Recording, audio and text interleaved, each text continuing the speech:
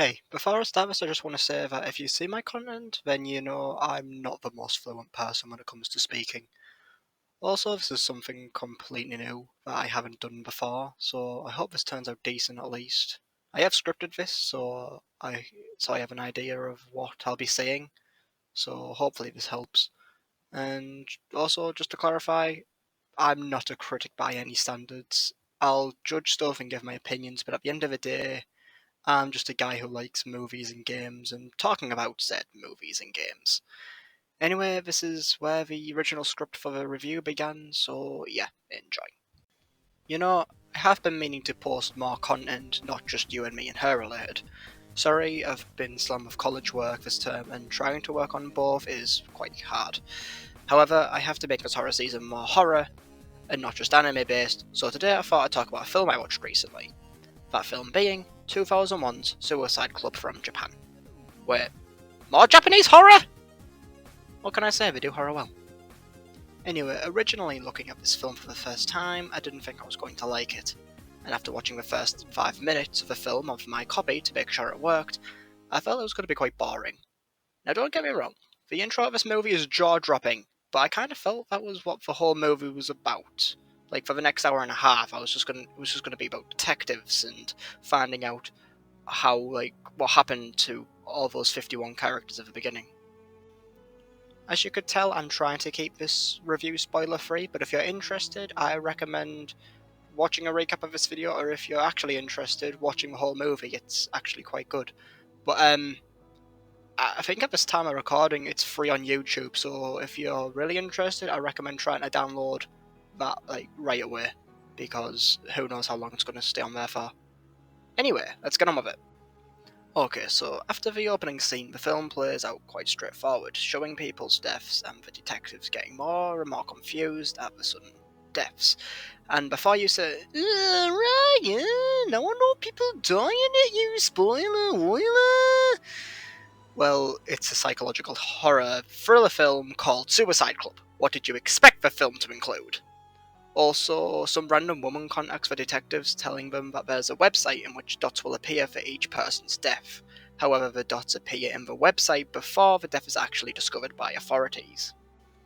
After this, the film just gets more and more interesting, from the amount of shit that just happens. Like the small clues getting left behind at the crime scenes, characters talking so casually about suicide, and then just the idea of dying right there on the spot. And then, the scene. If you have any idea of what I'm talking about, then you know about the scene. Now, I said I was going to keep this spoiler free, but I can't just not talk about the scene. So if you want to avoid the spoiler, then skip to this part in the video. Alright, you sick fucks, here's how this shit went down. The scene starts by showing a variety of places in Japan, like a food stand, a talent show, some people's houses, while some nice, generally happy music is played. All seems to be good with these people, just trying to live their lives despite the random and tragic deaths happening so frequently.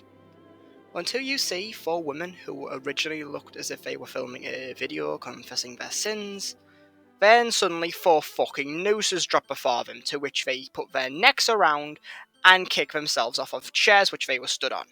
And before you can comprehend what you're seeing, you cut to a little girl watching her mother casually cut her hand into small pieces with a chef's knife. Then she just walks away thinking she's just tired. Then the majority of the people we just saw end up killing themselves, from one guy overdosing on pills of some sort, to a bitch literally putting her head in a fucking oven. Holy shit.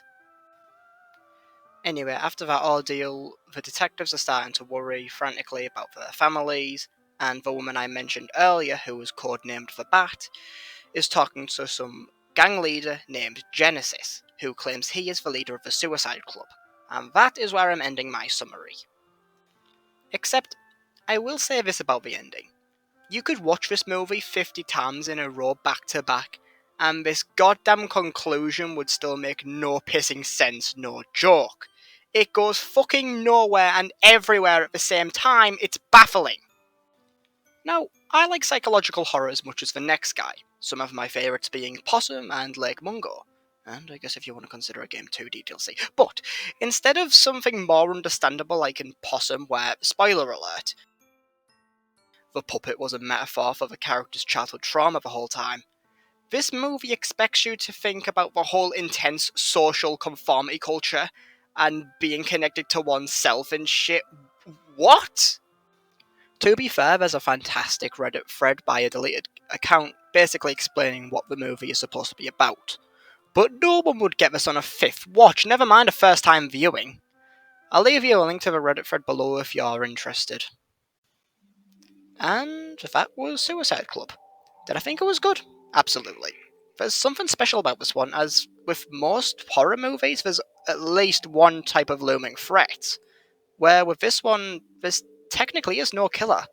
The real horror comes from the people themselves, as they all seem normal, then one will randomly do something so unexpected and bizarre.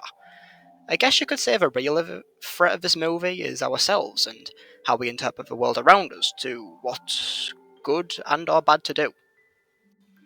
Besides that, I guess I should talk about a couple more features of the film besides the story, which I will start out by saying the score and soundtrack to this film are awesome. It's such a great mix of establishing orchestral music mixed with groovy J-pop songs as well.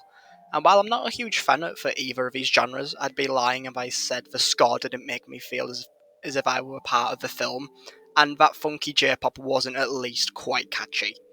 Also, for some of these pieces, for where they're used, they awkwardly feel completely out of place, yet fit right in at the same time. It's mad. If you see it, you'll know what I mean. The cinematography is also good throughout the film.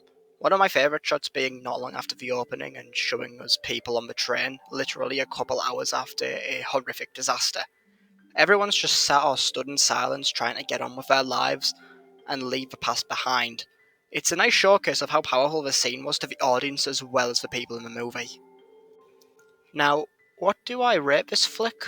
I'd say a fair 8 out of 10. It kept me on edge nearly all the way through, and the practical effects for gore were outstanding in my opinion.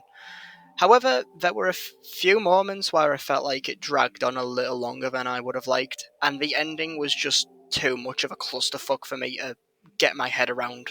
Overall, though, solid film. If you're a fan of gore, thrillers, crime, mystery, and or random bullshit, I'd say give this one a watch if you can get your hands on it. Now, I wouldn't mind making more of these types of videos, however, as I said at the beginning, I have loads of college work throughout this term, and it's not that I don't do it, it's the fact that I always get it done, but then end up being burnt out to work on more horror-related content. But that's kind of why I upload the You and Me and Her videos, as those was something I was working on, like, practically early August just for, like, this occasion, because I thought that was something fun, I enjoyed doing it, and I thought it offered comedy as well as, you know, like, horror-related content as well. For future videos in this type of format, I wouldn't mind going over the Texas Chainsaw Massacre movies when I get through them, and I may even get around to the Suicide Club sequel. Oh yeah, there's a fucking sequel to this thing, and it's nearly 3 hours long. Fuck me! There's a few other movies I might take a look at, but that'll have to wait till the future. Thanks to whoever watched this, remember to stay beautiful, and goodbye.